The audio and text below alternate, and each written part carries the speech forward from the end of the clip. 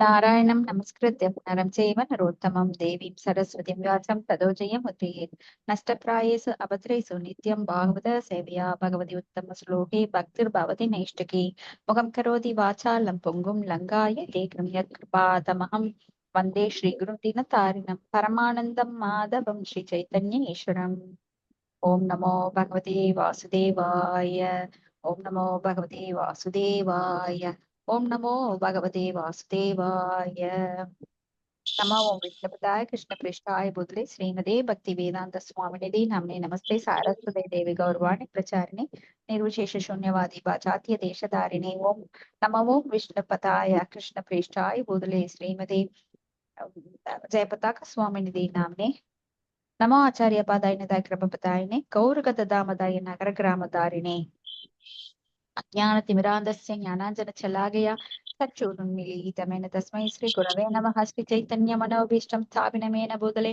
स्वयं भगदामाह्यं तदादि स्वपदान्तिकं वन्देऽहं श्रीगुरो श्रीयुतपदाकमलं श्रीगुरुं वैष्णवां च श्रीरूपं साग्रजतं सगणरघुनाथान्वितं तं सजीवं सात्वेदं सावधूतं परिजनसहितं कृष्णचैतन्यदेवं श्रीराधाकृष्णपादान् सगणललिता श्रीविशाखान्वितां हे कृष्णा करुणा सिंधु दीन बंधो जगत्पति गोपेश गोपिका कांत राधा कांत नमोस्तुते तप्त कांचन गौरांगी राधा वृंदावनेश्वरी वृषभानुसुते देवी प्रणमामि हरिप्रिये वाञ्छाकल्पतरुभ्यश्च कृपा सिन्धुभ्यो च पतितानां पावनेभ्यो वैष्णवेभ्यो नमो नमः श्रीकृष्ण चैतन्य प्रभु नित्यानंद श्री अद्वैत गदाधर श्रीवासादि गौरभक्त वृंदा हरे कृष्ण कृष्ण कृष्ण हरे हरे हरे राम राम हरे हरे हरे कृष्णा मल्लिया माताजी भागवत प्रार्थனை பண்ணலாமா மகேஸ்வரி மாதாஜி பண்றேன் மாதாஜி மாதாஜி. எனக்கு பேஜ் நம்பர் சொல்லிருங்க மாதாஜி.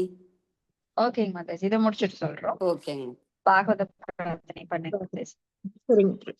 सर्वशास्त्राप्ति पीयूषा सर्ववेदैः सत्बला सर्वसिद्धान्त रत्नाय सर्वलोकैः त्रिकृदा सर्वभागवत प्राण श्रीमद् भागवत प्रभो कलिद्वन्द्वोदादित्य श्रीकृष्ण परिवर्तित परमानंद पाडाय प्रेम वर्षाक्षराय दे सर्वदा सर्वसेव्याय श्रीकृष्णाय नमोस्तु मे मत्येकबन्तो मत्सङ्गिन् मत्कुरो मन्महादन मत् निस्तारक मत्भाग्य मदानंद नमोस्तुदे असाधु साधु तदताயின் அதினோச்ச தாகர ஹானா முன்ச காசின் மாம் பிரேம்னா ஹிருத்கண்டயோஸ்புரா.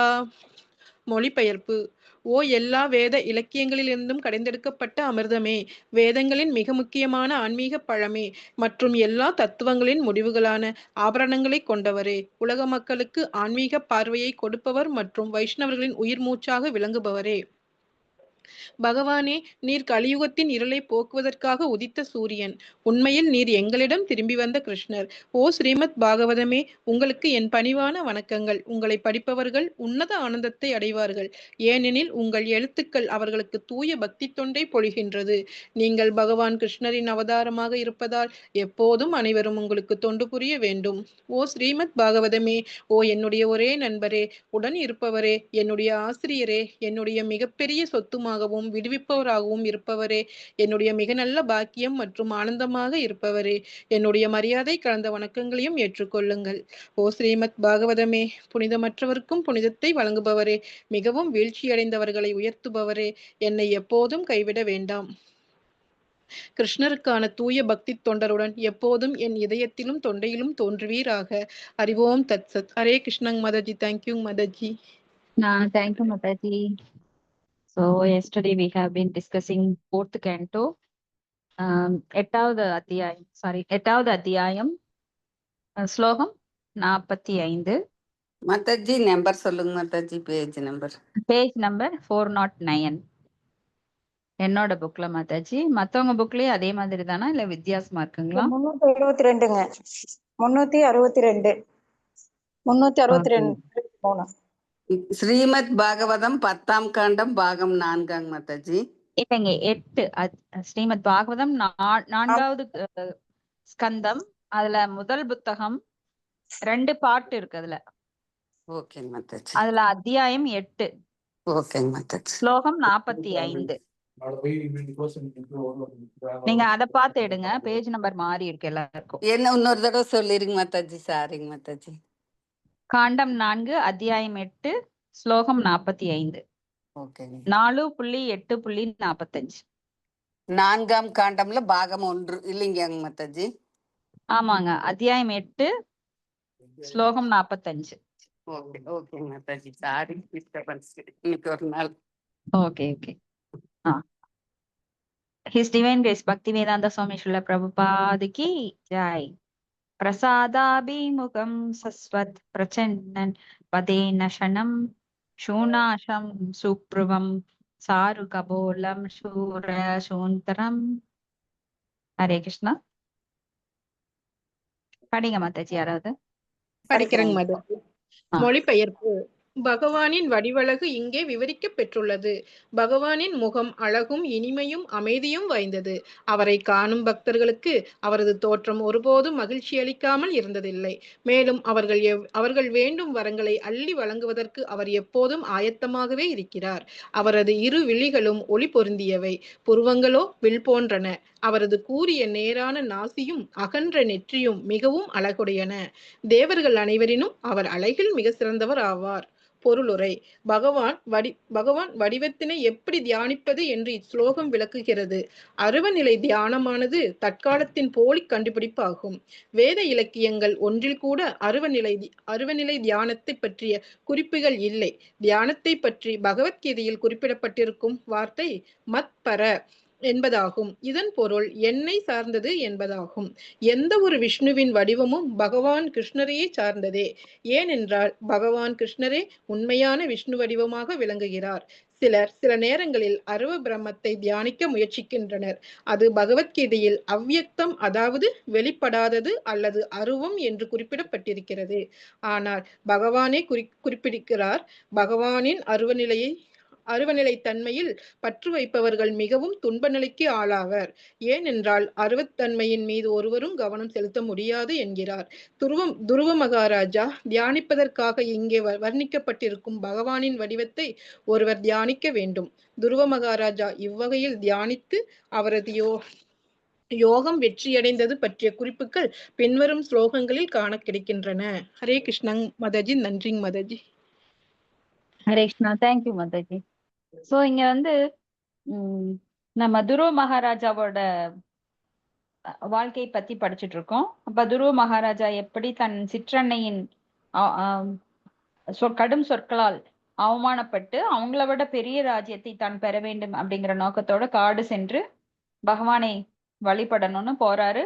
அப்போ இடையில நாரத முனிவரை சந்திக்கிறார். நாரத முனிவர் பரமாத்மாவின் கருணையினால அங்க அனுப்பப்படுகிறார் அவருக்கு வழிகாட்டுறதுக்காக. ஆனா அவர் உடனே வந்து அருளை கொடுத்துடல. ஒரு குரு வந்து போன உடனே நம்மளுக்கு எல்லாம் தூக்கி கொடுத்துட மாட்டாரு. அப்ப குரு கிட்ட பணிவாகவும் அடக்கமாகவும் அவருக்கு சேவைகள் செய்து அந்த ஞானத்தை பெற வேண்டும். இங்க வந்து துருவ மகாராஜாக்கு அவர் வந்து சோதிச்சு பாக்குறார். குரு வந்து நம்மளை சோதித்துதான் அந்த அறிவை தருவார். அப்ப இங்க சோதிச்சு பாக்குறார் துருவ மகாராஜா வந்து, நீ ரொம்ப சின்ன குழந்தை, நீ வீட்டுக்கு போ, உன்னாலெல்லாம் இவ்வளவு கடும் தவம் இருக்க முடியாது, நீ பசியோட அரண்மனையில் வாழ்ந்தவன், அதனால இங்க காட்டுக்குள்ள மிருகங்கள் எல்லாம் இருக்கும், உன்னால பசி தாங்க முடியாது, நீ சுவையான அறுசுவை உணவுகளை உண்டு வாழ்ந்தவன் அப்படின்னால என்னென்னவோ சொல்லி பாக்குறார். ஆனா உங்களுக்கு முடிஞ்சா வழிகாட்டுங்க, இல்லைன்னா கிளம்பி போங்க அப்படிங்கிற மாதிரி அவர் வந்து எனக்கு வந்து நல்ல வழிகாட்டுங்கள், நீங்க கிடைச்சது எனக்கு அதிர்ஷ்டம், ஏன்னா உங்ககிட்ட கேட்டா கிடைக்கும்ன்ற எண்ணத்தோட நான் கேட்கிறேன், என்னை வந்து ஆசீர்வாதம் பண்ணுங்க, அதுக்கு என்ன வழிமுறை அதை மட்டும் சொல்லுங்க அப்படின்னு கேட்கிறார். அப்ப இங்க வந்து அருவ வழிபாடு அப்படிங்கிறது, ஏன்னா அவங்க தாய் சுனிதி என்ன சொல்றாங்க, நீ முழுமுதற் கடவுளை வழிபடு, அவரை சரணடை அப்படின்னு சொல்றாங்க. அப்போ பொருள் வேண்டுமோ இல்ல நம்மளுக்கு இந்த முக்தி வேண்டுமோ, எதுவாக இருந்தாலும் அகாம சர்வ காமோவோ மோக்ஷ காமோதாரதி தீவிரேன பக்தி யோகேன யஜேத புருஷம் பரம் சொல்லி தீவிரமாக முழுமுதற் கடவுளையே வணங்க வேண்டும். தேவ வழிபாட்டுல ஈடுபடக்கூடாது. தேவ வழிபாடு பத்தி பாகவதத்துல சொல்லப்படவில்லை, அது கண்டிக்கப்படுகிறது, பகவத்கீதையிலும் கண்டிக்கப்படுகிறது. அதனாலதான் சர்வ தர்மான் பரிதச்ச மாம் ஏகம், ஏகம் அப்படின்னா என்னை ஒருவனை மட்டும் சரணடைன்னு பகவானே சொல்றார். ஆனா நாம என்ன பண்றோம், பல வழிபாடுகள் இந்த உலகத்துல பாத்தீங்கன்னா நிறைய நம்மளுக்குள்ள பிரிவினைகள், அவங்களுக்கு தோணுத கற்பனையில செஞ்சுட்டு இருக்காங்க. ஆனா சாஸ்திரம் என்ன சொல்லுதோ அதுதான் சட்டம். சட்டத்தை யாராலும் மாற்ற முடியாது. பகவானோட சட்டத்தை யாராலும் மாற்ற முடியாது. ஏன்னா நாமெல்லாம் 4 குறைபாடுகள் உடையவர்கள். நம்மளுக்கு அந்த தகுதி கிடையாது. அப்போ பகவான் எப்படிப்பட்டவர்? அபவர்ஷேய. அவரது வாய்களால் சொல்லப்பட்ட வேதம் என்கின்ற சட்டத்தை நாம ஃபாலோ பண்ணணும். அப்ப முழுமுதற் கடவுளை மட்டும்தான் வழிபடணும். ஆனா மக்கள் வந்து பல குணங்கள்ல இருக்கிறதுனால, பல தரங்கள்ல இருக்கிறதுனால அவங்களுக்கு தகுந்த மாதிரி வேதமானது, வேதம் அப்படின்னாலே மறைக்கப்பட்ட, அது வந்து ஓப்பனா சொல்லாது முழுமுதற் கடவுள் அப்படின்னு. ஆனா வேதங்களோட இறுதி முடிவு என்ன அப்படின்னா யக்ஞைவை விஷ்ணுகு, விஷ்ணுதான் இறுதி. வேதங்களோட நோக்கம் என்ன? அவரை அடைவதே. ஆனா அது நேரடியா சொல்லாம மறைமுகமாக சொல்கிறது. அதனால தான் வேதங்களின் மலர் சொற்களில் மயங்கி பல பேரு அந்த அருவ வழிபாட்டுல ஈடுபடுறாங்க. அப்போ அந்த அருவ வழிபாட்டில் ஈடுபடுபவர்களுக்கு கூட பகவான் கருணை தர்றாரு. எப்படின்னா அவங்களும் பிரம்மஜோதி அடையிறாங்க. ஆனா எங்கேயுமே இது வேதங்கள்ல அருவநிலை வந்து சொல்லப்படல. ஏன்னா அருவநிலை பற்றி வேத இலக்கியங்கள்ல எங்கேயுமே சொல்லப்படல. ஆனா இன்னைக்கு என்ன பண்றாங்கன்னா மக்கள் ஏதாவது ஒரு நெற்றி புருவங்களுக்கு மத்தியில நீ ஏதாவது ஒன்ன பிளெயினா நினைச்சிட்டு தியானம் பண்ணு அப்படிங்கிறாங்க. அப்படியெல்லாம் மனதை அடக்கி அது இந்த கலியுகத்துல செய்யவே முடியாது. அந்த காலங்கள்ல கூட செஞ்சாங்க. ஆனா நிறைய யம நியம ஆச்சனை பிராணயாமம் அப்படியெல்லாம் பண்ணிதான் ஸ்டெப் பை ஸ்டெப்பா பண்ணாங்க. இன்னைக்கு போய் சிக்கனோ மட்டனோ சாப்பிட்டுட்டு போய் உக்காந்து நெற்றி புருவங்களுக்கு மத்தியில நீங்க பிளெயினா எதையா ஒண்ணு தியானிங்க அப்படின்னு சொன்னா எப்படி முடியும்? ஏன்னா என்ன சொல்றோமோ அதுக்கு ஆப்போசிட்டா தான் மனம் நினைக்கும். நீங்க ஆப்பிள நினைக்காதீங்க, கொஞ்ச நேரம் அமைதியா 1 நிமிஷம் இருங்க அப்படின்னா நம்ம முன்னாடி வந்து ஆப்பிள் தான் நடனம் ஆடும். அப்போ இது மனதை அடக்குவது எப்படி அப்படின்னா பகவான் சொல்றார் பகவத்கீதையில தியானத்தை பற்றி, மத்பர. அப்போ மத்தக பரதரம் நான்யத் கிந்திச்சா தனஞ்சய. அப்போ என்னை பற்றியே எப்பொழுதும் நினைத்து கொண்டிரு, என்னையே வழிபட்டு என்னை வந்தடைவாயாக அப்படின்னு அவர் மத்பரன்னு தான் சொல்றாரு. அதாவது என்னை சார்ந்திரு, எப்பொழுதும் என்னை தியானித்து கொண்டிரு அப்படின்னு சொல்றார். ஸோ இதெல்லாம் வந்து பகவத்கீதையில நம்மளுக்கு சர்வ தர்மான் பரித்தியச்ச, அப்போ எப்பொழுதும் என்னையே நினைத்து என்னையே வழிபட்டு என்னிடமே வந்து சேருன்னு சொல்ற ஸ்லோகம் என்னங்குது? மன்மனா பவமத் பக்தோ மத்யாசி மாம் நமஸ்குரு மாம் ஏவைசி சத்தியம் தே பிரதிஜானே பிரியோசிமே. இப்படி பல ஸ்லோகங்கள்ல சொல்றார் என்னை மட்டும் நினை அப்படின்னு. அப்போ சில நேரங்கள்ல அருவ பிரம்மத்தை நோக்கி தியானம் பண்றாங்க. அதாவது அவ்யக்த நிலை, உருவம் இல்லாத அருவ வழிபாடு. ஆனா பகவானே சொல்றார், பகவானின் அருவநிலை தன்மையில் பற்று வைப்பவர்கள் மிகவும் துன்ப நிலைக்கு ஆளாவர். ஏன்னா அன்பு பரிமாற்றம் தான் உண்மையான பக்தி தொண்டு. அப்ப உருவமில்லாத ஒன்றிடம் எவ்வாறு அன்பு செலுத்துவது? அன்புனாலே பரிமாற்றம். அப்ப அன்பு செய்யறதுக்கு 2 பேர் வேணும், அது நபர்களாக வேண்டும். நீங்க உருவம் இல்லாத ஒரு பேய் இருக்குதுன்னு வைங்க, உங்க வீட்டுக்குள்ள இருக்கு. நான் அந்த பேய்கிட்ட அன்பு செலுத்துறேன் அப்படின்னா என்னத்தை பரிமாற்றம் பண்ணுவீங்க? உருவம் இல்லாத என்றிடம் இந்த சாப்பிடுன்னு சொல்லுவீங்களா? இந்த ட்ரெஸ்ஸை போட்டுக்கோன்னு சொல்லுவீங்களா? இல்ல அன்பு அப்படின்னாலே அங்க பரிமாற்றம் 2 நபர்கள் வேண்டும். அப்ப பக்தர் வேண்டும், பகவான் வேணும், இடையில அன்பு பரிமாற்றம் என்கின்ற பாலம் வேண்டும். அப்ப அருவத்தன்மை மீது என்ன அன்பு பரிமாற்றம் பண்ண முடியும்? ஒண்ணுமே பண்ண முடியாது. அதனால அதுல எந்த டேஸ்ட் இருக்காது. இந்த உலகத்தில் மையமாக இயங்குவது என்ன? அன்பு. எல்லார்கிட்டையும் ஒரு மனைவி கணவன் கிட்ட அன்பு எதிர்பார்க்கிறா, ஒரு கணவன் மனைவி கிட்ட அன்பு எதிர்பார்க்கிறா, குழந்தை கிட்ட அன்பு எதிர்பார்க்கப்படுகின்றது. பெற்றோர்கள் கொடுக்குறாங்க, அதை பசங்க வந்து திருப்பி செலுத்தணும்னு எதிர்பார்க்கறாங்க. இப்படி எல்லா பக்கம் ஃப்ரெண்ட்ஸ், ரிலேட்டிவ்ஸ் யாராக இருந்தாலும் அங்க அன்பு என்கின்ற பாலம் இருக்கணும். வெறும் கொடுக்கல் வாங்கல் மட்டும் இருக்கக்கூடாது. அந்த கொடுக்கல் வாங்கல்ல அன்பு என்கின்ற பிணைப்பு இருந்தாதான் அது வந்து நித்தியமா இருக்கும். இல்லைன்னா அது தற்காலிகமானது. அன்பு இல்லாம ஒருவர் வந்து நமக்கு ஒரு பொருளை கொடுத்து வேஷம் போட்டாலும் அது நிலைக்காது, ஒரு நாளுக்கு அது வெளிப்படும்.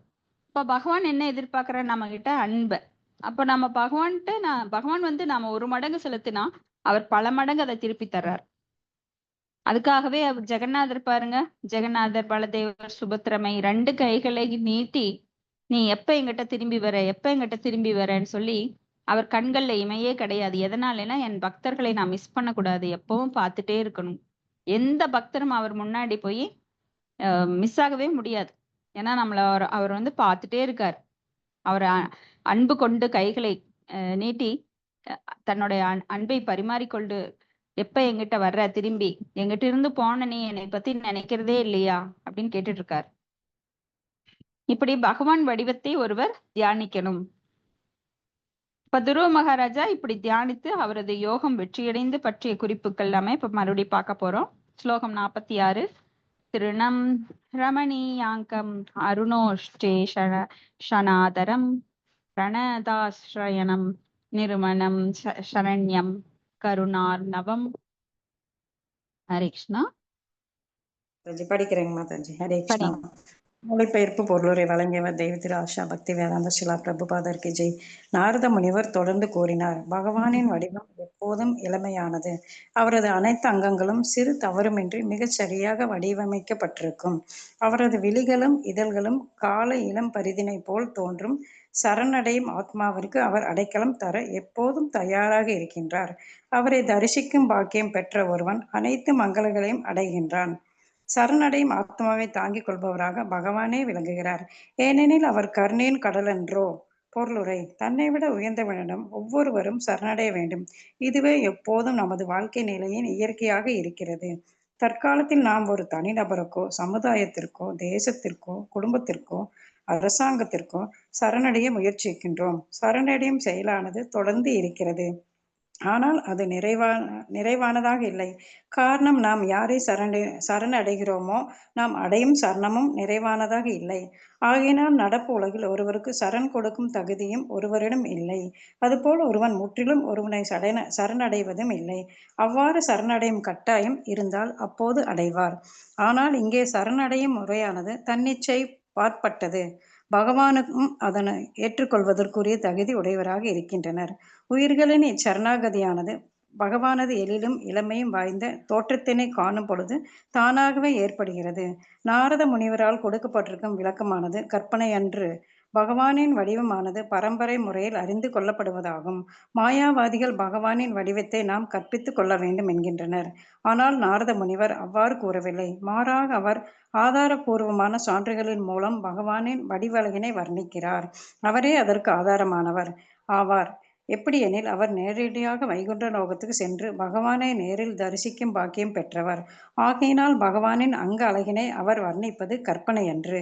சில நேரங்களில் நாம் நமது மாணவர்களுக்கு பகவானின் அங்க லட்சணங்களை பற்றி கூறும் செய்திகளிலிருந்து அவர்கள் அவர் உருவத்தினை ஓவியமாக வரைகின்றனர். அவர்களது ஓவியங்கள் கற்பனையன்று. இவ்விளக்கமானது சீட பரம்பரை முறையில் வருவதாகும். எவ்வாறு நாரத முனிவர் பகவானை பார்த்து அவர் வடிவழகினை குறிப்பிடுகின்றாரோ அவ்வாறு ஆகினால் இவ்விளக்கங்களை ஏற்றுக்கொள்ள வேண்டும்.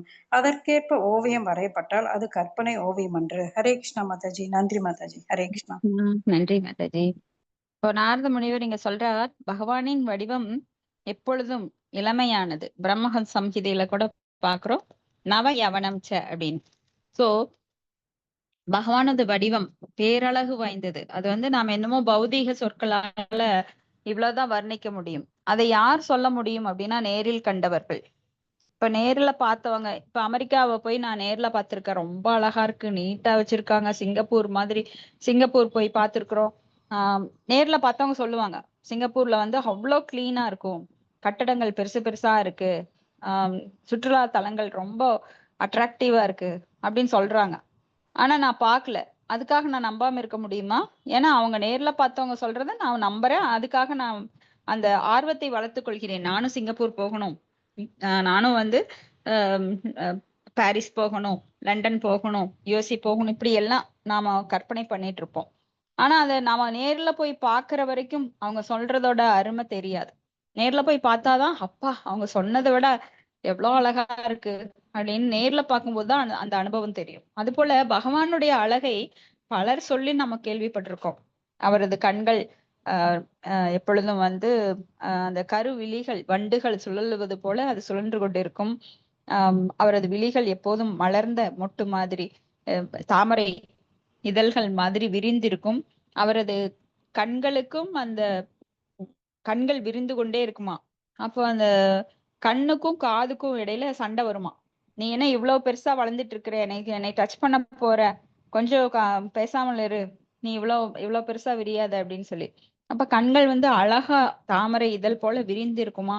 அவரது உடல்கள் குவிந்து ரத்தம் போல செவந்து இருக்குமா. மாதுளை முத்துக்கள் போல அந்த சிவப்பு நிறத்துல இருக்குமா. இப்படி அவர் நாசிகள் எடுப்பாக இருக்கும். அவரது சுருள் கூந்தல் அழகாக இருக்கும். நம்ம இப்ப கூட கார்த்திக் மந்த்ல அந்த பாடல் பாடணும் இல்லைங்களா. அதுல அதுல வந்து அந்த சுருள் கூந்தலை எப்படி யசோதை எண்ணெய் ஒதுக்கி அவங்க இப்போ முத்தமிட்டு கொண்டிருப்பார்கள் அப்படின்னு பார்த்தோம். இப்ப பகவான் வந்து அந்த சுருள் கூந்தலுக்கு மேல தலையில எப்போ மயிர்பீலி அணிந்திருப்பார். அவரது கரங்கள் முழங்கால்களுக்கு கீழே நீண்டு இருக்கும் கரங்கள். அவரது இடுப்பு ரொம்ப அழகா இருக்கும். அதுல வந்து மஞ்சள் நிற பட்டாடை உடுத்தி இருப்பார். அவர் வந்து நவரத்னங்கள் மணமாளி கதி சாங்கி சங்கி சக்கரி சனந்தகி ஸ்ரீமன் நாராயணோ விஷ்ணு வாசுதேவோ விரச்சுது அப்படின்னு சொல்லி வனத்தில் பூத்திருக்கும் மாலைகள் கூட அந்த நவரத்னங்கள், வைரம், வைடூரியம், முத்து, பவளம் இப்படி பதித்த ஆபரணங்களை எல்லாம் அணிஞ்சிருப்பார். அவரது கால்கள் தண்டைகள்ல கொலுசு அதெல்லாம் நிறைந்திருக்கும். இப்படி அவரது வர்ணனைகள் போயிட்டே இருக்கும். கழுத்து வந்து நீண்டு அழகாக இருக்கும். அவரது வர்ணம் வந்து மேகங்கள், கருநிற மேகங்கள் போல நீல நிறத்துல இருக்கும். இப்படி பலவிதமான வர்ணனைகள் நாம பார்த்திருக்கோம். அப்போ பிரம்ம சம்ஹிதியில் கூட நாம பார்க்கலாம். அத்வைதம் அச்சுதம் அநாதி அனந்த ரூபம் ஆத்யம் புராண புருஷம் நவயவனம் ச வேதே சுதுர்லபமதுர்லபமாத்ம பக்தோ கோவிந்தமாதி புருஷம் தமகம் பஜாமி. நம்ம நவ யவனம் ச அப்படின்னா எப்பொழுதுமே இளமையா இருப்பார். அவர் எப்பாவது நாம கிருஷ்ணர் படங்களை வயதான குளத்துல பார்த்திருக்கிறோமா. பிரம்மாக்கு கூட வெள்ளை தாடி வச்சு பார்த்திருக்கோம். ஆனா இவரு எப்பவுமே பகவான் கிருஷ்ணர் அப்படின்னா 16 வயது பாலகனாக அவர் வந்து குருட்சேத்திர போர்க்களத்துல எப்படி இருந்தாருன்னா 16 வயது பாலகனாத்தான் இருந்தாரு. ஆனா அப்ப பார்த்தா அவருக்கு 108 மனைவிகள், அவங்களுக்கு பேர குழந்தை, கிருஷ்ணருக்கு பேர குழந்தை எல்லாம் பிறந்தாச்சு. ஆனா அதே வடிவுல தான் இருக்கார். கடைசி வரைக்கும் 16 வயது இளம் பாலகனாகத்தான் இருக்கார். இப்ப பகவான் வந்து மிகுந்த அழகுடையவர். அந்த 6 ஐஸ்வர்யங்கள்ல நாம பாக்குறோம். இங்க ஜட உலகில அழகுன்னு சொல்லி அழகி போட்டி நடக்கும், அழகன் போட்டி நடக்கும். ஆனா அவங்க எல்லாம் பாத்தீங்கன்னா ஒரு 10 வருஷத்துக்கு அப்புறம் அவங்க தோற்றமே மாறிடும். நேத்து ஒரு 10 வருஷத்துக்கு முன்னாடி அழகி போட்டியில ஜெயிச்சவங்களை இன்னைக்கு போய் பார்த்தோம்னா அடையாளமே தெரியாது. ஆனா பகவானுக்கு எந்த மாற்றமுமே கிடையாது. எப்பொழுதுமே நிரந்தரமாக அவர் என்றுமே அழகாக இருப்பார். இப்படி பல தடவை நாம பகவானோட அழகை வர்ணிச்சிருக்கிறோம். அப்போ ஒருவன் வந்து முற்றிலும் இங்க வந்து சரணடைந்த நிலையில தான் இருக்கும். ஆனா யார சரணடையணும் அப்படின்னா பகவானை சரணடையணும். ஆனா இந்த பௌதிக உலகில பாத்தீங்கன்னா ஒரு தொண்டர்கள் அப்படின்னு சொல்லிட்டு அரசியல்வாதிகள் அவங்க எல்லாம் வந்து ஒரு தலைவனை சரணடைவாங்க. ஒரு நடிகனை வந்து அவனுடைய ரசிகர்கள் சரணடைவாங்க. ஒரு மனைவி கணவன் சரணடைவா, கணவன் மனைவி சரணடைவா. அப்ப பொண்டாட்டி தாசர்கள் அப்படின்னு சொல்லப்படுறவங்க பொண்டாட்டிய சரணடைவாங்க.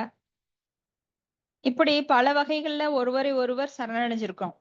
ஆனா உண்மையில என்னன்னா யாரை சரணடைய வேண்டும் அப்படின்னா நித்தியமான ஒரு நபரை மட்டுமே சரணடையணும். அப்படி நித்தியமான நபர் அப்படின்னு பார்த்தோம்னா பகவான் கிருஷ்ணர் ஒருவரே நித்தியமானவர். சந்திரா மாதாஜி மியூட் பண்ணிக்கோங்க. சோ பகவான் கிருஷ்ணர் மட்டும்தான் நித்தியமானவர். ஹரே கிருஷ்ணா. சந்திரா மாதாஜி. சோ பகவான் ஒருத்தர் மட்டும்தான் நித்தியமானவர். மற்றது எல்லாமே அனித்தியம். ஏன்னா இந்த ஜட உலகம் அழியும் போது எல்லாமே அழிஞ்சிரும். ஈவன் பிரம்மலோகத்திலிருந்து எல்லாமே அழிஞ்சிரும். அப்ப இங்க நாரத முனிவர் கொடுக்கிற விளக்கம் வந்து கற்பனையானது கிடையாது. ஏன்னா அவர் நேர்ல பகவானை பார்த்திருக்காரு. பார்த்தவங்க மட்டும்தான் சொல்ல முடியும். அப்போ நம்ம இஸ்கான்ல பாத்தீங்கன்னா ஓவியங்கள், அழகழகான ஓவியங்கள், அதெல்லாம் ஸ்ரீல பிரபுபாதர் மூலமா நம்மளுக்கு கொடுக்கப்பட்டது. அப்போ அவர் வந்து ஒரு மாதாஜி இருப்பாங்க. அவங்கள வந்து ஓவியம் நல்லா வரைவாங்க. அவங்கள வச்சு அவங்க ஓவியம் வரைய சொல்லுவாங்க. ஆனா அதை வந்து விளக்கறது ஸ்ரீல பிரபுபாதர் தான். ஒவ்வொரு நுணுக்கங்களையும் சொல்லி சொல்லி இப்படி வரையணும், அப்படி வரையணும், இதுல இந்த திருத்தம் வரணும், அந்த திருத்தம் வரணும், கடைசி வரைக்கும் அவர் நினைக்கிற அந்த பர்ஃபெக்ஷன் வர்ற வரைக்கும் அவர் சொல்லிட்டே இருப்பாராம். ஏன் ஸ்ரீல பிரபுபாதர் அவ்வாறு கூறுகிறார்னா, அவர் எப்பொழுதும் தனது மனக்கண்களால் அவங்கெல்லாம் வந்து திரிகால ஞானி, அவங்கெல்லாம் பகவானை நேரில் காணக்கூடியவர்கள். அதனால பகவானுடைய அழகை நாம வந்து நாமளும் அனுபவிக்கணும் அப்படிங்கிறதுக்காக அவர் அவ்வளவு பர்ஃபெக்டா அந்த ஓவியங்களை நம்மளுக்கு கொடுத்திருக்காரு. அப்ப இதே மாதிரி நம்ம ஒரு பக்தர் வந்து கண்ணே தெரியாது, 2 கண்களும் தெரியாது. ஆனா ஸ்ரீமதி ராதாராணி அகக்கண்களை கொடுத்து அந்த கண்ணில்ல பார்வையே இல்லாத ஒருவர் வந்து வரைஞ்ச ஓவியங்கள் நம்ம பார்க்கலாம் பிருந்தாவனத்துல. சோ அந்த மாதிரி பகவானை நேரில் தரிசிக்கும் பாக்கியம் பெற்றதுனால அவர் அழகை வந்து நான் சொல்றாரு. அப்போ நாம் நமது மாணவர்களுக்கு பகவானின் அங்கலட்சணங்களை பற்றி கூறும் செய்தியிலிருந்து அவர்கள் அந்த உருவத்தை ஓவியமாக வரைகிறார்கள். இது வந்து சீட பரம்பரை முறையில் வர்றது. இது வந்து கற்பனையானது கிடையாது. அப்ப பகவானுடைய ஓவியங்கள் எல்லாமே யாரு பார்த்தாங்களோ அவங்க வந்து மனக்கண்களால் அதை அதன் மூலமாக நமக்கு வரைந்து மற்றவர்களுக்கும் அதை கொடுக்கறாங்க. ஓகே. இந்த விளக்கங்களை நாம வந்து ஏற்றுக்கொள்ள வேண்டும். இதை வந்து சந்தேகப்படக்கூடாது. ஏன்னா சம்சயாத்மா வினசியதி, சந்தேகப்படும் ஆத்மா வந்து எப்பவுமே பயனே கிடையாது அந்த சந்தேகப்படுறவங்களுக்கு. அடுத்தது ஸ்லோகம் 47. ஸ்ரீ வத்சாங்கம் கணஷ்யாமம் புருஷம் வன மாலினம் சங்க சக்கர கதா பத்மைர் அபிவ்யக்த சதுர்புஜம். படிக்கிறேங்க மாதாஜி. படிங்க. மொழிபெயர்ப்பு. பகவானை பற்றி மேலும் விளக்குகையில் அவர் தன் மார்பில் ஸ்ரீவத்ச அடையாளம் என்னும் அதிர்ஷ்ட தேவதை உறையும் இடத்தினை உடையவர். அவரது உடல் வண்ணமோ கருநீலமாகும். பகவான் ஒரு புருஷராவார். அவர் மலர்களை மாலையாக தொகுத்து அணிந்திருப்பார். மேலும் அவர் நித்தியமாக 4 கரங்களை உடையவர். அவற்றில் அவர் சங்கு, சக்கரம், கதாயுதம் மற்றும் தாமரை மலரினை தாங்கியிருப்பார். பொருளுரை. இச்சுலோகத்தில் உள்ள புருஷம் என்னும் வார்த்தை மிகவும் முக்கியத்துவம் வாய்ந்ததாகும். பகவான் பெண் அல்லர். ஆகையினால் மாயாவாதிகள் பகவானை பெண்ணாக கற்பனை செய்வது தவறாகும். பகவான் தேவை ஏற்பட்டால் பெண் வடிவில் தோன்றுவார். ஆயினும் அவரது நிலையான வடிவம் ஆணாகும். ஏனெனில் உண்மையில் அவர் ஆணே ஆவார். பகவானின் பெண் வடிவங்களாக அதிர்ஷ்ட தேவதையான லக்ஷ்மி, ராதாராணி, சீதை போன்றவர்களை கூறலாம். இவ்வனைத்தும் அதிர்ஷ்ட தேவதைகளுக்குமே பகவானின் பணியாளர்கள் ஆவர். அவர்கள் மாயாவாதிகள் செய்யும் தவறான கற்பனையான பிரம்மம் அன்று. பகவான் கிருஷ்ணர் தனது நாராயண கோலத்தில் 4 கரங்களுடனேயே காட்சி தருவார். குருச்சேத்திரத்தில் அர்ஜுனன் அவரது விஸ்வரூபத்தை தரிசிக்க விரும்பிய பொழுது அவர் 4 கரங்களுடன் கூடிய நாராயணராகவே காட்சி தந்தார். சில பக்தர்கள் நாராயணத்தான் கிருஷ்ணராக அவதரித்தார் என்று கூறுகின்றனர். ஆகையால் பாகவத பள்ளியோ நாராயணரே பகவான் கிருஷ்ணரின் தோற்றம்தான் என்கிறது. ஹரே கிருஷ்ண மாதாஜி. நன்றி மாதாஜி. அப்போ அவர் வந்து மார்பிள எப்பவுமே ஸ்ரீவக்ஷ குறி வச்சிருக்கிறார். அதிர்ஷ்ட தேவதை உரையும் அதாவது மகாலட்சுமி ஸ்ரீவக்ஷ குறி. ஸ்ரீ அப்படின்னா என்னன்னா மகாலட்சுமி. அப்ப அதிர்ஷ்ட தேவதை மகாலட்சுமி எல்லாருமே தெரியும். நம்ம வீட்டுல லட்சுமி கரம் வேண்டும் அப்படின்னு சொல்லி லக்ஷ்மி ரொம்ப வழிபடுவாங்க, விஷ்ணுவை விட்டுட்டு கூட. ஆனா எப்பவுமே விஷ்ணுவின் உடல்ல தான் மார்பிள் திருமார்பிள் எப்பொழுதும் லக்ஷ்மி வீட்டிருக்கிறார். நீங்க திருப்பதி பெருமாளோட மார்பு பார்க்கணும், 2 பக்கம் ஸ்ரீ லக்ஷ்மி அவங்க உறைந்திருப்பாங்க. ஸ்ரீவக்ஷகுரி அப்படின்னா அந்த மார்பிள வந்து ஒரு புள்ளி, ஒரு அடையாளம் இருக்கும். அது போல அவரோட உடல் வண்ணமும் கருநீலம். அவர் ஒரு புருஷர் அப்படின்னா நபர். எப்படி நாமெல்லாம் வந்து புருஷர், ஆனா அவ பரம புருஷர். புருஷர் அப்படின்னாலே ஒரு நபர், அனுபவிப்பவர். அவர் மாலையாக தொடுத்திரு நிறைய மலர்களை அணிஞ்சிருக்கிறார். 4 கரங்களை உடையவர். சங்கு சக்கரம் கதா தாமரைனே வனமாலி கதி சாங்கி சங்கி சக்ரி சனந்தகி ஸ்ரீமன் நாராயணோர் விஷ்ணு வாசுதேவோ விரச்சது அப்படின்னு அவர் எப்பொழுதும் 4 கரங்களை கொண்டு அந்த விஷ்ணு இருக்கிறார். அப்ப இங்க மாயாவாதிகள் பகவானை பெண்ணாக கற்பனை செய்வது தவறு. ஏன்னா அவர் ஆண் அப்படின்னா ஒரு பெண்ணை அனுபவிப்பவன். அப்போ எல்லாரும் அனுபவிப்பர் யார் அப்படின்னா பரம புருஷர். அதனாலதான் புருஷர் அப்படின்னா அனுபவிப்பவர், பரம புருஷர் அப்படின்னா மிக உயர்ந்த அனுபவிப்பாளர், பரம அப்படின்னா உயர்ந்த. அப்போ இங்க நாம ஆண் பெண்கிற பேதம் நம்ம இங்க சொல்றோம். ஆனா இங்க ஆண் பெண் பேதம் எல்லாம் கிடையாது. ஏன்னா பகவானுக்கு எல்லாமே பெண்கள் தான். அதாவது ஆத்மா அப்படிங்கன்னு பார்க்கும்போது எல்லாருமே அனுபவிக்கப்படுபவர்கள். அவதான் புருஷர். உண்மையில் அவர் ஆணே ஆவார். பகவானின் பெண் வடிவங்களான அதிர்ஷ்ட தேவதையான லக்ஷ்மி, ராதாராணி, சீத்தை போன்றவர்களை கூறலாம். ஏன்னா அவங்க எல்லாம் பகவானோட பார்ட்.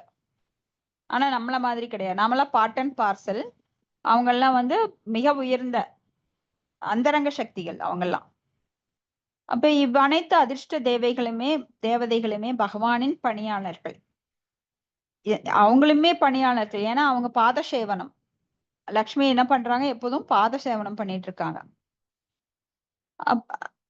ஆனா இந்த மாயாவாதிகள் என்ன சொல்றாங்க, எல்லாமே பிரம்மம் அப்படின்னு சொல்றாங்க. அப்ப பகவான் கிருஷ்ணர் தனது நாராயண கோலத்தில் 4 கரங்களுடன் எப்பவும் காட்சி தர்றார்.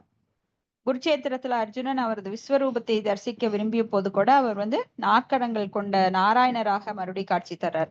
ஏன்னா அந்த விஸ்வரூபத்தை என்னால பார்க்க முடியல, தயவு செஞ்சு நீங்க 4 கையுள்ள ரூபமா வாங்க அப்படின்னு சொன்னப்போ 4 கையுள்ள ரூபமாக காட்சி தர்றார். அப்ப சிலரெல்லாம் நினைக்கிறாங்க நாராயணன் தான் கிருஷ்ணராக அவதரித்தார் அப்படின்னு. ஆனா பாகவதம் சொல்லுது நாராயணரே பகவான் கிருஷ்ணரின் தோற்றம்தான். ஏன்னா ஏதே சாம்சகலா பும்சக கிருஷ்ணஸ்து பகவான் ஸ்வயம் பகவான் யாருன்னா கிருஷ்ணர் தான். அந்த ஸ்வயம் பகவான்ல இருந்துதான் பல தோற்றங்கள் அவர் தன்னை விரிவங்கம் பண்ணிக்கிறார். சோ பகவான் கிருஷ்ணர் தான் முதன்மை, ஸ்வயம் பகவான். அவர்கிட்ட இருந்துதான் அவர் தன்னை தானே பலவாக விரிவங்கம் பண்ணிக்கிறார். அடுத்த ஸ்லோகம் 48. கிரீடினம் குண்டலினம் கேயூர வலயான்விதம் கௌஸ்துபார பாபரண கிரீவம் பீத கௌசேய வாசசம். ஆஷா பக்திவேதாந்தர் சுவாமி சில பிரபாத் கி ஜெய். முழுமுதற் கடவுளான வாசுதேவர் முழு உடலுமே அலங்கரிக்கப்பட்டிருக்கின்றது. அவர் பொன்னிலான தலை கிரீடமும் கழுத்தில் அட்டிகையும் கைகளில் வளையல்களும் அணிந்திருப்பார். அவரது கழுத்தில் கௌஸ்துப மாலை அணி செய்யும் மஞ்சள் வண்ண பட்டாடை பீதாம்பரத்தினை அவர் ஆடையாக அணிந்திருப்பார். ஹரே கிருஷ்ணா மாதாஜி. நன்றி மாதாஜி. ஹரே கிருஷ்ணா மாதாஜி. சோ முழுமுதற் கடவுள் எவ்வாறு இருப்பாரு அப்படின்னா தலையில கிரீடம், அந்த கிரீடத்துல பல கற்கள், வைரம், வைடூரியம் இதெல்லாம் நிறைஞ்சிருக்கும். கழுத்துல அட்டிகை, வனமாலி, அப்புறம் வாடாத வைஜெயந்தி மாலை, கழுத்துல கௌஸ்துபமணி, கைகள்ல வளைகள், எப்பவுமே பட்டு பீதாம்பரம், அது மஞ்சள் நிறத்துல எப்பவுமே அணிந்திருப்பார். ஏன்னா அவருக்கு பிடித்த நிறம் மஞ்சள் நிறத்துல அந்த பட்டு அணிந்திருப்பார். இப்படி நாரதர் வர்ணிக்கிறார் அவரது தோற்றத்தை. இதை துருவ மகாராஜா கேட்டுட்டு இருக்கார். அடுத்த ஸ்லோகம் 49. காஞ்சி கலாப பரியஸ்தம் லசத் காஞ்சன நூபுரம் தர்சனீய தமம் சாந்தம் மனோநயனவர்தனம். ஹரே கிருஷ்ணா மாதாஜி பாடிக்கிறேன். மொழிபெயர்ப்பு. பகவான் தன் இடுப்பில் சிறு சிறு தங்க மணிகளான ஒட்டியானம் அணிந்திருப்பார். அவர் கால்கள் பொற்சலங்கைகள் அணி செய்யும். அவரது உடல் வண்ணம் அனைத்து கண்களையும் கவர்ந்தது. இனிமை செய்யும் அவர் எப்போதும் சாந்தியும் அமைதியும் தவழ்கின்ற உருவுடையவர். ஆதலினால் அவரை காண்பது கண்ணிற்கும் மனதிற்கும் இனிமை செய்யும். ஹரே கிருஷ்ணா மாதாஜி. நன்றி மாதாஜி. ஹரே கிருஷ்ணா. அப்போ இங்க காஞ்சி கலாப அப்படின்னா சிறு மணிகள், இடுப்புல சிறு சிறு மணிகள் தொங்கிட்டு இருக்கும் அந்த ஒட்டியானத்துல. அப்புறம் காஞ்சன நூபுரம் அப்படின்னா அவரது கால்கள்ல தங்கச் சலங்கை அணிந்திருப்பார். அப்புறம் சாந்தமா இருப்பார். சாந்தம் அப்புறம் மன நயன வர்த்தனம், கண்களுக்கும் மனதிற்கும் அது வந்து ரொம்ப இனிமையா இருக்கும். ஏன்னா பகவானை காண்றதுக்காக பல கோடி கண்கள் காத்து கிடக்குது. பாருங்க, நாம கோயில்கள் வாசல்கள்ல பார்த்தோம் அப்படின்னா அவரது அலங்கார தரிசனத்தை பார்க்கறக்கு கோயில்கள்ல இப்பவும் கூட நிறைய பேர் காத்திருக்கிறாங்க. சோ சிலா விக்கிரகத்திலேயே அப்படி காத்திருக்கும் போது அவர் நேர்ல பார்க்கறக்கு அந்த கோபிகள் எல்லாம் இருக்காங்க பாருங்க, அவங்க எப்பவுமே வெளியில கதவுக்கு வெளியில நின்னுட்டு அவர் மாடு மேய்க்க போறப்போ அவரை தரிசனம் பண்ணணுங்கிறதுக்காக அப்பவும் காத்து கிடப்பாங்க. பின்ன எப்ப திரும்பி வருவார், அந்த புழுதிகள் கிளம்பி வரும் அவர் வர்றதுக்கு முன்னாடியே. ஏன்னா ஆணிரை மேய்ப்பவன், ஆணிரை அப்படின்னா பசுக்களை மேய்ப்பவன், பசு கன்றுகளை மேய்ப்பவன். அவர் வர்றதுக்கு முன்னாடியே என்ன வரும், யானை வரும் முன்னே மணி யோசை வரும் அப்படின்னு சொல்ற மாதிரி அவர் வர்றதுக்கு முன்னாடியே அந்த கோபர்கள் அவரோட சேர்ந்து எல்லாம் சத்தம் போட்டுட்டு அந்த பசுக்களோட சலங்கைகள், கழுத்துல கட்டியிருக்கிற சலங்கைகள் அதெல்லாம் டன் டன் டன்னு ஒழிச்சிட்டு வரும், பெரிய திருவிழா மாதிரி. அப்போ அந்த கோபிகைகள், கோபர்கள், மூத்த கோபிகைகள், கோபர்கள், இளம் கோபிகைகள் எல்லாம் வந்து கிருஷ்ணரோட அழக தரிசனம் பண்றதுக்காக அப்படியே வெளியில காத்து கிடப்பாங்களாம். அப்புறம் அவர் போனதுக்கு அப்புறம் அவர் நினைவாகவே இருப்பாங்களா, என்ன ஒரு அழகு, என்ன ஒரு அழகு, அப்பா அந்த சிறுவன் கை அசைச்சா அவ்வளவு அழகா இருக்குது, கண்ணை சிமிட்டினா அவ்வளவு அழகா இருக்குது, கால்கள் அந்த தளிர் நடை அவ்வளவு அழகா இருக்குது. இத்தனைக்கும் அவர் வந்து பசுக்கன்றுகளை மேய்க்கிறதுக்கு அம்மாட்ட ரொம்ப கெஞ்சுவாராம். அந்த பசுக்கள் எல்லாம் அதை கேட்டுட்டு ஆஹா கிருஷ்ணர் வரப்போறான்னு ரொம்ப ஆர்வத்துல என்ன பண்ணுச்சா, கிருஷ்ணரோட பாதம் நோகக்கூடாது அப்படின்னுட்டு அந்த நிலத்தை வந்து கொம்புகளாலேயே அந்த கற்களை எல்லாம் உடைத்து உடைத்து பவுடர் பண்ணுச்சான். இன்னைக்கு கூட கோவர்த்தன மலையில நீங்க பாத்தீங்கன்னா அந்த பவுடர் மாதிரி இருக்கும், அந்த போகின்ற அந்த தடம் எல்லாம் வந்து பவுடர் மாதிரி இருக்கும். ஒரு முள்ளு இல்லாம, செடிகள் குத்தாம, கல்லு குத்தாம அந்த பசுக்கள் ஒரே நாள்ல போய் அத்தனை பசுக்களும் போய் அவருக்கு அப்படி பண்ணி விட்டுதான். அப்ப அவர் அவங்க அம்மாட்ட கண்டிஷன் போடுறாங்க. எனக்கு அவங்க அம்மா சொல்றாங்க, உனக்கு கல்லு முள்ளெல்லாம் குத்தும், இந்த செப்பல் போட்டுட்டு போ அப்படின்னு சொல்றாங்க. அப்ப கிருஷ்ணர் சொல்றாரு, எனக்கு மட்டும் செப்பல் இருந்தா போதுமா, அந்த கன்றுக்குட்டிகளுக்கும் செப்பல் வேணும். அப்போ கன்றுக்குட்டிகள் 9 லட்சம். சோ 9 லட்சம் கன்றுக்குட்டிகள் இன்ட்டு 4, ஒவ்வொன்றுக்கும் 4 கால் இருக்கு. அப்ப எவ்வளவு வரும் பாருங்க. அப்போ இத்தனை லட்சம் செருப்புகளுக்கு நான் எங்க போறதுன்னு யசோதை அன்னை ரொம்ப கவலைப்பட்டாங்களாம். அப்புறம் அவரை சமாதானப்படுத்தி ஒரு வழியா, ஏன்னா கன்றுக்குட்டிகளை மேய்க்கவே உன்னை அனுப்ப மாட்டேன்னு சொன்னவங்க இப்போ இவ்வளவு கண்டிஷன் போடுறானே அப்பாடா அப்படின்னு சொல்லி, சரி நீ போப்பா அப்படின்னு சொல்லி ஒரு வழியா அனுப்பிச்சு விட்டாங்க. ஆனா அவங்க பசுக்களை மேய்க்கும் போது அந்த கோவர்த்தன மலையில இவங்க மாளிகையிலிருந்து அவங்களுக்கு கண் பார்வையிலேயே இருக்கணுமா. யசோதா வந்து தன் கண் பார்வையில எப்பவுமே அந்த கிருஷ்ணர் எங்க இருக்கான்னு பார்த்துட்டே இருப்பாங்களாம். ரொம்ப தூரம் நீ காட்டுக்குள்ள போகக்கூடாது, உன்னை மிருகங்கள் எல்லாம் கொன்னுடும் அப்படின்னு சொல்லி நிறைய அட்வைஸ் பண்ணி அனுப்புவான். ஆனா 9 லட்சம் பசுக்கள் இவருக்கு பாதுகாப்பாகவும், ஆனால் இவர் வந்து பசுக்களுக்கு பாதுகாப்பாகவும். ஏன்னா பக்தர்கள் எப்பவுமே வந்து நினைப்பாங்க, ஓ பகவானுக்கு ஏதாவது ஆயிடுமோ அப்படின்னு. அன்பினால் அது பகவானுக்கு எதுவுமே ஆகாது, ஏன்னா அவர் ஆத்மராமா, அவர் தான் நம்மளுக்கு ப்ரொடெக்ஷன் கொடுக்கறாரு. ஆனா அன்பினால என்ன பண்ணுவாங்க பக்தர்கள், பகவானுக்கு வந்து வலிக்குமோ. இப்ப நிறைய சிலா விக்கிரகம் வச்சிருக்கிறவங்க எல்லாம், டேட்டிஸ் வச்சிருக்கிறவங்க எல்லாம் வீட்டுல அப்படிதான் பண்ணுவாங்க. அவங்கள கிருஷ்ணரை படுக்க வைப்பாங்க. படுக்கும்போது வீட்டுல இருக்கும்போது சிலா விக்கிரகம் இருக்கும்போது பகவான் உள்ள இருக்காரு, ஐயோ அவருக்கு டிஸ்டர்ப் ஆகும்னு சத்தமா பேச மாட்டாங்க, சண்டை போட மாட்டாங்க. சோ அந்த வீடு வந்து அமைதியா பிருந்தாவனம் மாதிரி இருக்கும். ஏன்னா அங்க வந்து ரூல்ஸ் அண்ட் ரெகுலேஷன், ஒழுக்க விதிகளை நல்லா கடைபிடிப்பாங்க. ஏன்னா அவர் ஒரு நபர், வீட்டுக்குள்ள அவரும் இருக்கார். அவங்க குழந்தை அவங்க மட்டும் இல்ல, கிருஷ்ணரும் ஒரு குழந்தையா இருப்பாரு, இல்ல அவங்க பாவத்துக்கு தகுந்த மாதிரி. அந்த மாதிரி பல பாவங்கள்ல 5 விதமான பாவங்கள்ல பகவானை வழிபடுறாங்க. சாந்த, சக்கிய, வாத்சல்ய, மாதுரிய அப்படின்னு சொல்லி தாசிய, இந்த ரசங்கள்ல வழிபடுறாங்க. இப்போ இப்படி எப்படி அழகானவர் அப்படின்னா, எப்போதும் அவரது அமைதி, சாந்தம் தவழ்கின்ற அந்த உருவத்தை உடையவர், எப்பவுமே மனதுக்கு இனிமை தருபவர்.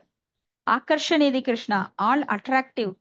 யாரெல்லாம் கிருஷ்ணரை சொல்கிறார்களோ, பாடுகிறார்களோ, அவரது வர்ணனைகளை கேட்கின்றார்களோ அவங்களை எல்லாம் மிகவும் வசீகரிக்க கூடியவர். இப்ப வசீகரம் அப்படின்னா, நீங்க அந்த இளமை பருவத்துல யாரையாவது பார்த்தா உடனே இன்னைக்கெல்லாம் வந்து காதல் அப்படிங்கிறாங்க இல்லையா, கண்டவுடன் காதல்னு. அதெல்லாம் உண்மை கிடையாது. அப்புறம் சண்டை போட ஆரம்பிச்சிருவாங்க. ஆனா பகவானோடைய அன்புல மயங்குறவங்க அதுக்கப்புறம் வந்து மிக உயர்ந்த நிலையத்தான் அடைகிறார்களோ தவிர பகவானை நம்புறவங்க என்னைக்குமே வீண் போனது கிடையாது. கவுந்தேயே பிரதிஜானேஹி நமே பக்த பிரணஷதி.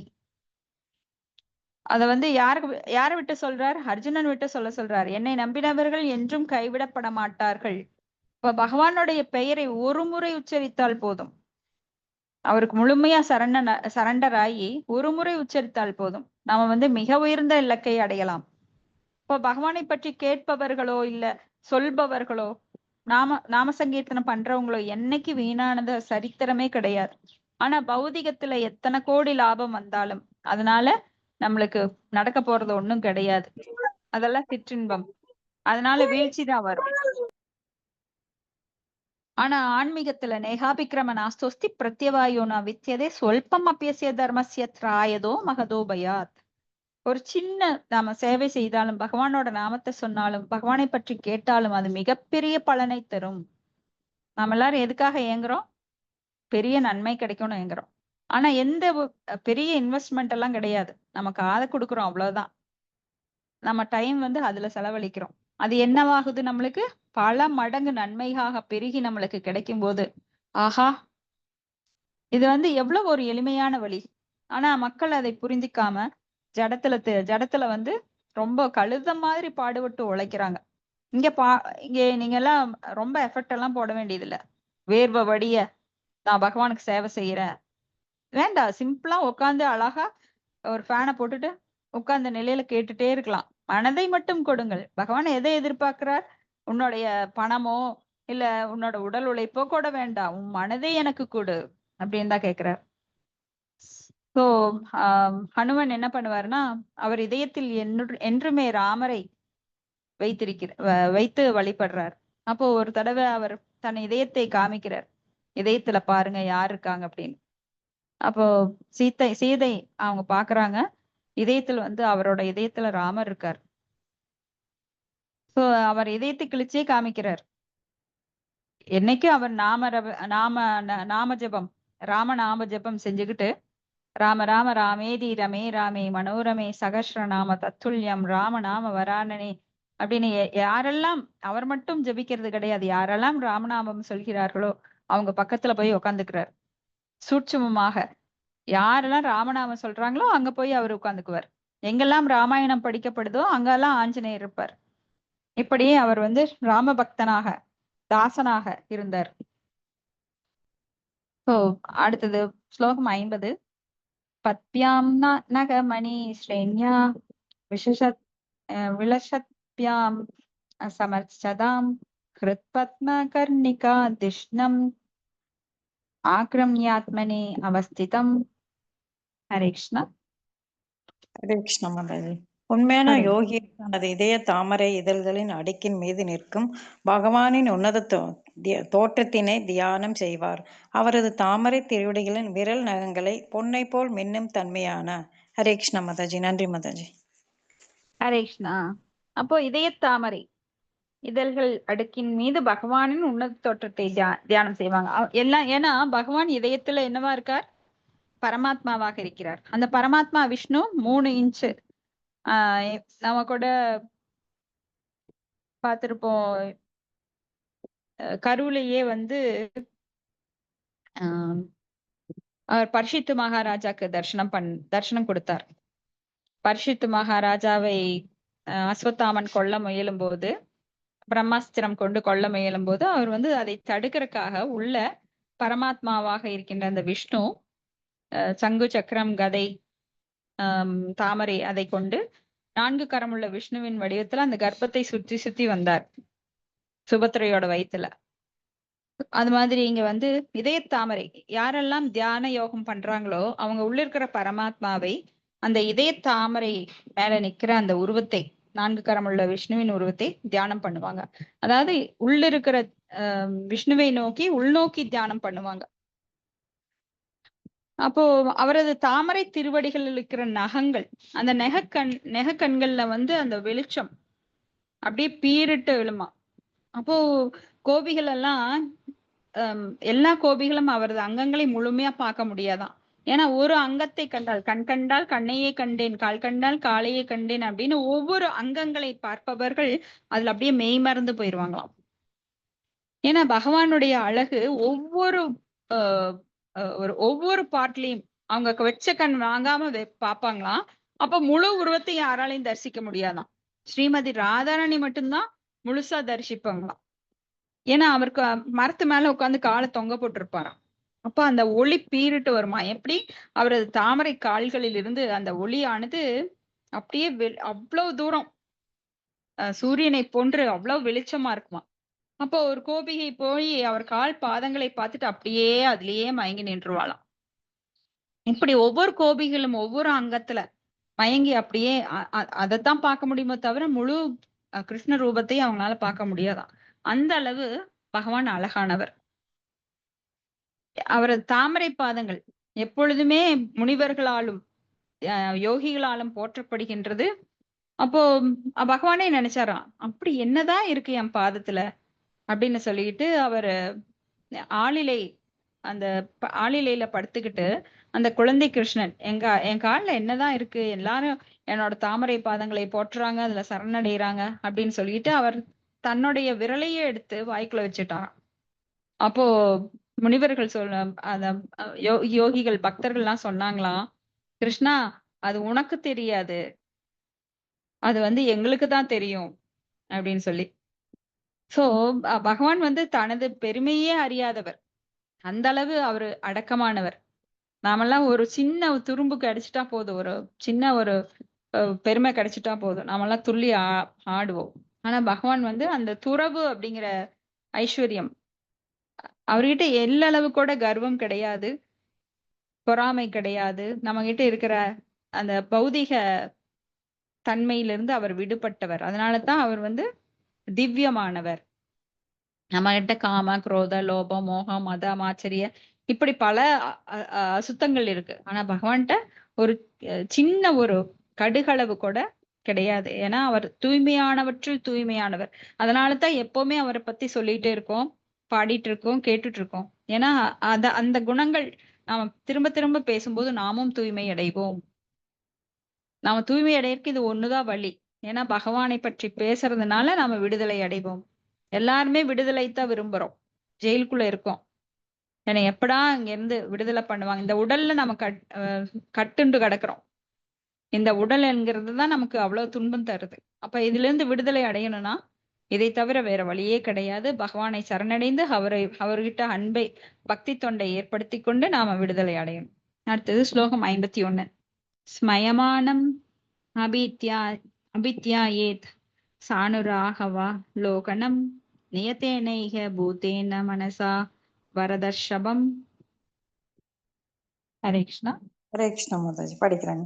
பகவான் எப்போதும் புன்னகை புரிந்து கொண்டே இருப்பார். அவர் தனது பக்தனை கருணையுடன் பார்க்கும் வடிவத்தினையே ஒரு பக்தன் சிந்தனையில் காண வேண்டும்.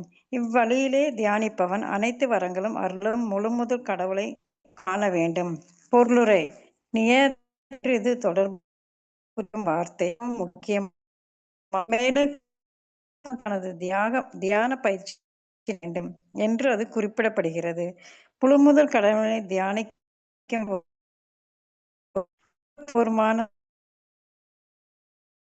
மாதாஜி உங்களது விட்டு விட்டு கேக்குது வடிவத்தை எப்போதும். ஹரே கிருஷ்ணா. நான் பிரேக் ஆகுது மாதாஜி, நான் படிக்கட்டுங்களா? ஹரே கிருஷ்ணா. சரிங்க மாதா. மொழிபெயர்ப்பு. பகவான் எப்போதும் புன்னகை புரிந்து கொண்டே இருப்பார். அவர் தனது பக்தனை கருணையுடன் பார்க்கும் வடிவத்தினேயே ஒரு பக்தன் சிந்தனையில் காண வேண்டும். இவ்வழியிலேயே தியானிப்பவன் அனைத்து வரங்களும் அருளும் முழுமுதற் கடவுளை காண வேண்டும். பொருளுரை. நியதேனே என்று இது தொடர்பாக குறிப்பிடப்பட்டிருக்கும் வார்த்தை மிகவும் முக்கியமானதாகும். மேலே குறிப்பிட்டவாறே ஒருவன் தனது தியான பயிற்சியினை செய்தல் வேண்டும் என்று அது குறிப்பிடுகிறது. முழுமுதற் கடவுளை தியானிக்கும் வழியினை தானே ஒருவன் உருவாக்க கூடாது. ஆதாரபூர்வமான சாஸ்திரங்கள் மற்றும் சான்றோரை ஒருவன் பின்பற்றுதல் வேண்டும். பகவானின் வடிவத்தை எப்போதும் நினைத்து சமாதி நிலை அடையும் வரை ஒருவன் பகவானை குறிப்பிட்ட விதியின்படியே தியானித்தல் வேண்டும். இங்கு பயன்படுத்தப்பட்டிருக்கும் ஏக பூதேனே என்னும் வார்த்தைக்கு பொருள் முழு கவனத்துடனும் சிந்தனையுடனும் என்பதாகும். ஒருவன் பகவானை பற்றி இவ்வங்க லட்சணங்களை சிந்தித்தான் என்றால் அவன் நிச்சயம் கீழே விழமாட்டான். ஹரே கிருஷ்ணங் மாதாஜி. தேங்க்யூ மாதாஜி. கிருஷ்ணா, தேங்க்யூ மாதாஜி. அப்போ இங்க வந்து நியத்தேன அப்படின்னா இந்த வழியில். எப்படி பகவான் வந்து மிகவும் கருணை உள்ளவர், அவரது பார்வை மிகவும் கருணையுடன் இருக்கும். எப்பவுமே பாத்தீங்கன்னா அவரது கண்கள் மிகவும் ரொம்ப கருணையா பார்த்துட்டு இருப்பார். அசுரர்களுக்கெல்லாம் பார்வை எப்படி இருக்கும்? ரொம்ப விகாரமா இருக்கும். ஆனா பகவானுடைய பார்வை எப்படி இருக்கும்? கருணை, காரணமற்ற கருணை. நாமெல்லாம் வந்து எவ்வளவோ பாவங்கள் பண்ணியிருக்கோம், அவருக்கு துரோகம் பண்ணியிருக்கோம், அவர் வேண்டான்னு சொல்லி முதுக காட்டிட்டு இங்க வந்திருக்கோம். ஆனா நம்மளை எல்லாம் முறைச்சு பார்க்கல. நாமெல்லாம் நம்மளுக்கு யாராவது ஏதாவது ஒண்ணு தப்பு செஞ்சாங்கன்னா நாமெல்லாம் முதல்ல, இப்ப கிடையாது, பக்தர்களுக்கு ஆனதுக்கு அப்புறம் கிடையாது, முதல்ல பார்வையிலேயே அவங்களை எரிச்சிருவோம். நம்மளுக்கெல்லாம் பவர் இருந்ததுன்னு வைங்க, தேவர்களை போலவோ இல்ல பகவானை போலவோ நம்மளுக்கு ஏதாவது சக்தி கொடுத்திருந்தாங்கன்னா நம்ம பக்கத்து வீட்லயும் யாரும் இருக்க மாட்டாங்க, வீட்டுக்குள்ளேயும் யாரும் இருக்க மாட்டாங்க. ஏமா நம்ம வாயிலேயே பாத்தீங்கன்னா பல பேருக்கு சாபம் கொடுத்திருப்போம். நம்ம வீட்டுக்குள்ள குழந்தை தப்பு செஞ்சா கூட பல வார்த்தைகள் பேசுவோம், திருப்பி கர்ஸ் பண்ணுவோம். ஆனா நம்மளுக்கு அந்த பவரே கிடையாது, அதனால குலைச்சிட்டு இருக்கிறோம். அப்போ பகவானுடைய பார்வை, என்னைக்காவது பகவான் மோசமான வார்த்தைகளை பேசினார்னு சரித்திரத்துல இருக்கா? கிடையாது. அசுரர்கள் தான் அப்படி பேசுவாங்க. இப்போ பகவான் என்றுமே இனிமையானவர், மதுரம். அவரது வார்த்தைகள் அழகு, அவரது நடை அழகு, அவரது புன்னகை அழகு, அவரது இடைகள் அழகு, அவரது உடைகள் அழகு, அவரது முடி அழகு, இப்படி ஒவ்வொன்றும் மிகவும் அற்புதமானவை. அப்போ பகவானை எப்படி தியானிக்கணும் அப்படின்னா,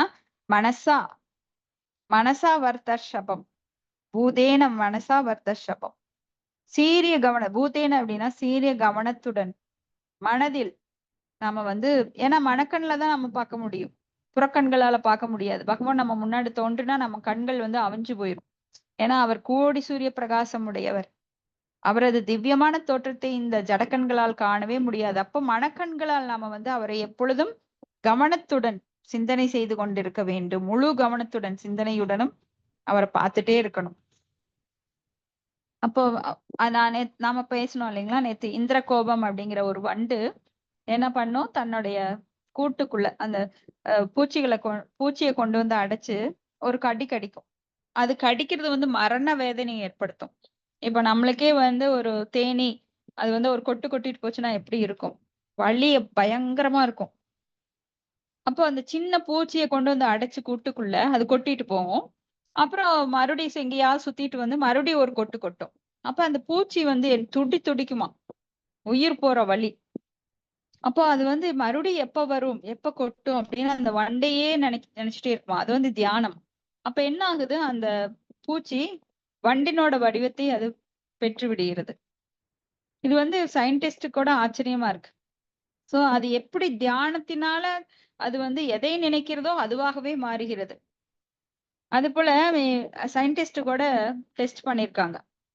ஒரு கேன்சர் பேஷண்ட் வந்து, உனக்கு ஒண்ணுமே இல்ல, நீ ஏன் கற்பனை பண்ணிட்டு இருக்கிற, போய் எல்லாத்தையும் சாப்பிடுப்பா, நீ நல்லா ஜாலியாரு அப்படின்னு சொல்லி திரும்ப அவனுக்கு அத சொல்லிட்டே இருந்தாங்க. அது வந்து அவன் மனசுல போய் ஆழமா பதிஞ்சு அவனோட கேன்சர் கியூர் ஆயிடுச்சு. ஆனா கேன்சரே இல்லாத ஒருத்தரை கூப்பிட்டு, உனக்கு கேன்சர் இருக்கு, நீ இதை சாப்பிடக்கூடாது, அதை சாப்பிடக்கூடாது, நீ என்ன இப்படி பண்ற, நீ வந்து கரெக்டா மருந்து எடுத்துக்கோ அப்படி சொல்லி நீ ரொம்ப ரொம்ப வீக்கா இருக்கிற, நீ சீக்கிரம் மரணம் அடைய போற அப்படியெல்லாம் பயப்படுத்தி அவன் அதையே நினைச்சிட்டு இருந்தானா, அவனுக்கு நிஜமாவே கேன்சர் வந்துடுச்சான். சோ இதுல இருந்து என்ன தெரியுது அப்படின்னா, நாம் எதை நினைக்கிறோமோ அதுவாகவே மாறுவோம். பகவானை பற்றி நினைத்து என்னாமோ பகவானுடைய குணங்கள், அந்த மகிமைகள் நம்மளுக்கும் வந்துரும். ஆனா இதையே நாம வந்து ஒரு திருடனை நினைச்சிட்டு இருந்தோம், அவன் அப்படி திருடனா இப்படி திருடனா, அந்த டெக்னிக் இந்த டெக்னிக்னு அதை வந்து நாம இப்போ அதையே நினைச்சிட்டு இருந்தோம்னா நம்மளுக்கு அந்த மனோபாவம் சிறுக வந்து அது பெருசாகி அதுவாகவே மாறிடுவோம். சோ எதை நினைக்கிறோமோ, எம் வாபி ஸ்மரன் பாவம் தியஜதந்தே கலேவரம். அப்ப எதை நினைக்கிறோமோ அதுவாகவே மாறிடுவோம். அதனாலதான் பகவான் வந்து மிகவும் தூய்மையானவர், அதை தூய்மையானவரை நினைக்கும் போது நாமளும் தூய்மையாகிறோம். சோ இது வந்து சயின்டிஸ்ட் எல்லாம் போக வேண்டாம். இதுதான் நேச்சுரல், இயற்கை. இது எல்லாருக்குமே தெரியும். சின்ன குழந்தைக்கு கூட தெரியும். பை எக்ஸ்பீரியன்ஸ் இதை நாம வந்து நிறைய அனுபவிச்சிருப்போம். யாரோட நாம சங்கம் சேர்ந்தோமோ அந்த சங்கத்தை தான் நாம எடுத்துப்போம். அப்ப பக்தர்களோட சேரும்போது பக்தி வளரும். அபக்தர்கள் அசத் சங்க தியாகாத். நம்மளுக்கு வந்து இந்த உபதேசமிர்தத்துல ஸ்ரீல ரூப கோஸ்வாமி அதைத்தான் அடிக்கடி சொல்றாரு. பக்திய வளர்க்கணும்னு நினைக்கிறவங்க பக்தர்களோட சங்கத்துலதான் வளர்க்க முடியுமோ தவிர நம்ம தனியா வளர்க்க முடியாது. ஏன்னா நம்மள கோஷ்டி ஆனந்தி. கோஷ்டி அப்படின்னா ஒரு குழுவாக சேர்ந்துதான் பக்தி பண்ண முடியுமோ தவிர சிங்கிளா இருந்து பக்தி பண்ண முடியாது. ஏன்னா நம்ம அந்த அளவுக்கு உயர்ந்தவர்கள் கிடையாது, பக்குவப்பட்டவர்கள் கிடையாது. நாமெல்லாம் கட்டுண்ட ஆத்மாக்கள். நம்மளுக்கு முக்குணத்துல செயல்பட்டுட்டு இருக்கிறோம். அதனால தனியா உட்கார்ந்தோம்னா நம்ம மனமே நம்மை வந்து தாழ்த்தி விடும். நம்ம மனமே வந்து நம்மள கீழே போக வச்சிரும். அப்போ எல்லாருடன் சேர்ந்து பக்தி பண்ணும்போது ஒருத்தர் கை தூக்கி விட்டு எல்லாரும் மேல போய்க்கலாம். அடுத்த ஸ்லோகம் 52. ஏவம் பகவதோ ரூபம் சுபத்ரம் தியாயதோ மனஹ நிர்வித்யா பரயா தூர்ணம் சம்பன்னம் ந நிவர்த்ததே. படிக்கிறேங்க மாதாஜி. படிங்க. மொழிபெயர்ப்பு. சர்வ மங்களம் பொருந்திய பகவானது வடிவத்தின் மீது மனதை செலுத்தி இவ்வழியில் தியானம் செய்பவன் வெகு விரைவில் ஜடமாசுக்கள் அனைத்தினின்றும் விடுதலை பெறுகிறான். மேலும் பகவானை தியானிப்பவன் அந்நிலையிலிருந்து ஒரு காலும் கீழே இறங்குவதில்லை. பொருளுரை. தியானத்தின் ஒருமுகப்பட்டு நிலை நிற்பதானது சமாதி என்று அழைக்கப்படுகிறது. பகவானுக்கு தொடர்ந்து பக்தி தொண்டில் தன்னை ஈடுபடுத்திக் கொண்டிருப்பவன் இங்கு குறிப்பிடப்பட்டிருக்கும் பகவானின் வடிவத்தினை தியானிப்பதிலிருந்து ஒரு நாளும் விலகிச் செல்ல மாட்டான்.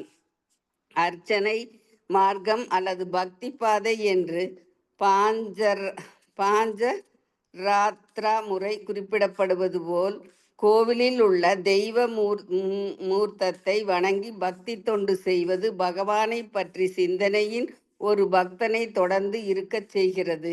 இதுவே சமாதி எனப்படும். இவ்வழியில் பயிற்சி பெறும் ஒருவன் பகவானின் தொண்டிலிருந்து ஒரு நாளும் மாறமாட்டான். இது அவனை மனித வாழ்க்கை பயணத்தில் நிறைவுடையவனாக செய்கிறது. ஹரே கிருஷ்ணா மாதாஜி. நன்றி மாதாஜி. ஹரே மாதாஜி. அப்போ சர்வ மங்களம் பொருந்திய, ஏன்னா அவர் தான் மங்களகரமானவர். இந்த பௌதிக உலகுல எதுவுமே மங்களகரமானதல்ல. ஆனால் பகவானை பற்றிய நாமம், ரூபம், குணம், லீலைகள், சகாக்கள் இதெல்லாம் தான் மங்களகரமானது அப்படின்னு சில பிரபுபாதர் அடிக்கடி சொல்லுவார். நாமெல்லாம் வெள்ளிக்கிழமை மங்களம், பூ வைக்கிறது மங்களம், பொட்டு வைக்கல மங்களம், இந்த மாதிரி சடங்குகளை நாம வந்து வெறுமனவே சடங்குகள் செய்யறது மங்களம் கிடையாது. அதுக்காக நம்ம மிக உயர்ந்த நிலையை அடையிற வரைக்கும் அதையும் தவிர்க்க முடியாது. அப்புறம் அப்போ என்ன பண்ணணும்? பகவானை பற்றி தியானம் செய்ய வேண்டும்.